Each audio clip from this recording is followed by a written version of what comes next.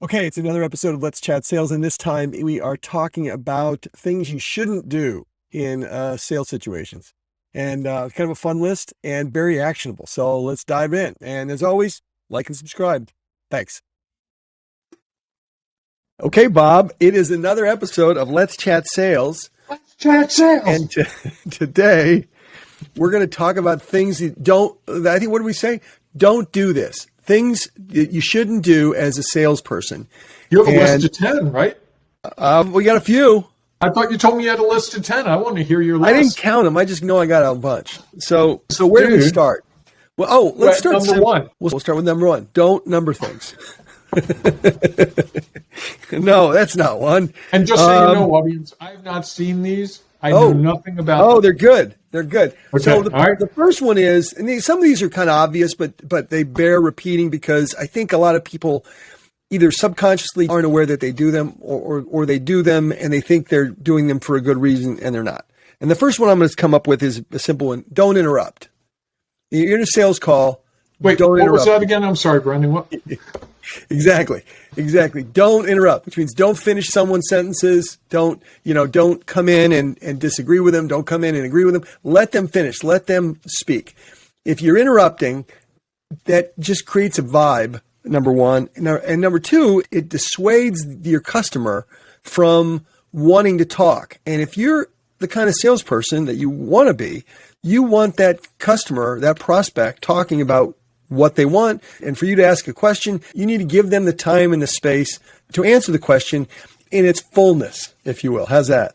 That's good, but I would add another thing to it, Brendan, which is as they're talking, I've been in a sales situation where the person is really explaining the problem to themselves. Yeah. It's the first time they've really taken the chance to really talk through it. And it's like, this is for them. Yeah. To them, it's a brand new, never been here before. It's a great observation. Don't type notes during the meeting. If you're a keyboard guy or gal, don't type during the meeting. This may be just me, but the minute someone starts typing, they get their keyboard out and starts typing, it telegraphs to me that you're not paying attention. Or if they play on their phone. I don't care what you're doing. You could be taking notes on your phone. You'll look like you're texting your boyfriend or girlfriend. Yeah, so you don't type. If you have to use your phone, you explain. I'm looking up something related to this conversation. Okay, that's somewhat tolerable if it's short and you're to the point. Mm-hmm. Don't talk about the meeting while you're in the building. So this is a classic mistake that I would actually go a step further, Brendan, while you're on the property. Yeah, cone of silence until you're. So if you're in a sales 10 call, miles away, it goes great. It goes terribly. However it goes, keep it to yourself until you're safely away from the property. Yes. I can't tell you the number of times I've had salespeople I used to call in Citigroup, and I'd be in the elevator, and some other sales guy or gal was in there talking to their sales manager about how great or how bad it went, and don't do it. This is one I talk about all the time. Don't use every minute of the meeting, right? If you've got a 30-minute meeting, wrap it up early. It just does everybody a big solid. It's just good for everybody. And don't say an hour just because it might take 46 minutes. Right. Who has an hour anymore? No. Who has an hour? You don't have an hour unless it's a formal presentation. Well, I do because I don't have a lot of sidekick gigs, but yes, you don't have an hour. Yeah. So don't use every minute. This is kind of a general one, but I think this is really important, and that is don't be boring. But it's like you should be whoever let your freak flag fly.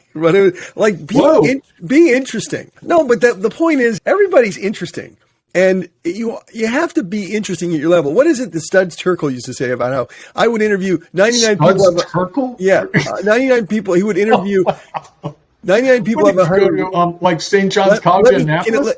Let me finish. Studs Terkel said, what was his quote? 99 people out of 100 are really interesting people to interview. And the fact that the other one isn't makes them interesting. His quote was something to that effect. Yeah, don't be boring. Be interesting. Be fun. It should be fun. Sales should be fun. Can I say that a different way, Brendan? No. I think you have to be yourself. Yes. If you're sarcastic, you should be sarcastic. Not overly so.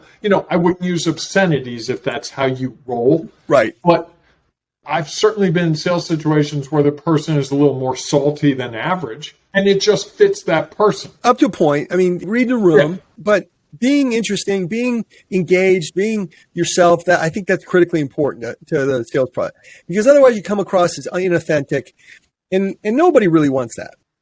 Don't sit in the lobby. When you're in the lobby waiting for a customer to bring you into the building and bring you up their office, stand like you're busy, like you're important. This is a good one. This is new. I like this. So don't sit in the lobby. That's for other people. Stand and wait. If you got to be on your phone waiting or be on a phone call Not waiting. lurking over the receptionist desk. Yes. No, don't do that. Just no lurking in general. Just in general, whether you're in a sales environment or not, don't lurk. Right. Unless you're cast in a movie, a horror movie or a suspense movie, then lurking is accepted. But otherwise, keep the lurking to those few situations. All right, so back to the being semi-serious about this. Yeah, stand. Don't sit when you're in the lobby. And when they put you in a conference room and say, oh, Joe Schmo will be in a minute, don't sit down at the conference room. Stand, walk around, look at the window, whatever you have to do, but don't sit down. That's for later, partly because you want to figure out where the other person's going to sit. And so you you don't want to sit in the CEO's seat. Don't eat in a meeting. I have this one down here. Now, this is not a lunch meeting, of course. I love donuts. I'm a donut guy. Love them. I did not know this. Yes. Oh, yeah. Donuts are like the best. What kind of donut? All donuts. I am indiscriminate. But really fight the urge to eat in a meeting if you can help it. If you can have coffee and so forth. Yeah, I don't like when the people bring the Starbucks coffee cup into the meeting. Yeah. At 1:30 in the afternoon. That seems a little pretentious. Let me finish my coffee there. I don't know. I can't like. It's an hour-long meeting. It's a 40-minute meeting. I need my coffee. Addiction for I need my minutes. coffee, man. This is one that you'll have a reaction to if you're doing a sales presentation. Don't stand behind the podium. I agree 1,000%. Like there may be a podium up there. There may be a place to hide. Don't do it. Steve Jobs, he taught everybody. I'm sure other people before him. But walk around, be animated, move. Don't stand behind the podium. I like to go to the back of the room and make everyone crane their neck at a certain point. Are you serious? Yeah, I do. It's a great way to wake people up if they are not paying attention. Yeah. You go to the back of the room and sit on the ledge. Interesting. Okay. You will get people like, oh, it's so awkward. Yeah. That when you move up back to the front, it's a relief. Oh, that's interesting too, because then you can stand back there and point to the front, like, "Hey, I'm talking to the slide." Like you're in the environment. Part of their team. You're part of the group. That's interesting. I didn't think you'd like that. That's good. I do like it. I do. I like it a lot. So, and then we'll wrap this up with this one. Don't overthink things. In a sales situation, people second guess themselves and so forth. What is it? Occam's razor, right? Yep. Occam's razor. The simplest explanation is probably the right one. So rather than ruminate, and by the way, I love strategizing and thinking about in enterprise sales how it can be complicated, and you do want to do that. But at the same time, the simplest answers are usually the right ones. And then what you do is validate them. And the way you validate them is you ask people, "Hey, here's what I'm thinking, or here's how I'm reading this. Am I right? What do you think? How should I be interpreting this?" And then do your thinking. Don't do too much thinking. This is something I've protected myself from doing. And then at some I see what you did there. Validate with your customers. It's another opportunity to let them see your humility and your willingness to be mistaken. How's that sound? Mm-hmm. I like that. I like that one a lot. So I think that's good. I don't know if that's 10, but it's enough. I counted 8 or 9. Okay. Can I do mine in our next episode? Yes, you can. You better come. I'm so excited. I think it's good. I don't know if there's good. Will it be as good? I think it's good. I think we beat this. No, I mean, really will yours be as good? Oh, they'll be really good. My one that I gave you today was good. It was genius. It was. Which one was that? Which one was that? Now you're playing words of affirmation. That's me. Right. That's right. That's right. Yeah. All right, Bob. I think we beat the heck out of this.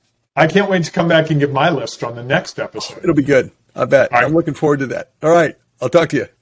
Okay. So another episode, and I hope you liked it. And next time, check out this one. If you are watching, if you're listening, just go to the menu, I guess. Here we go.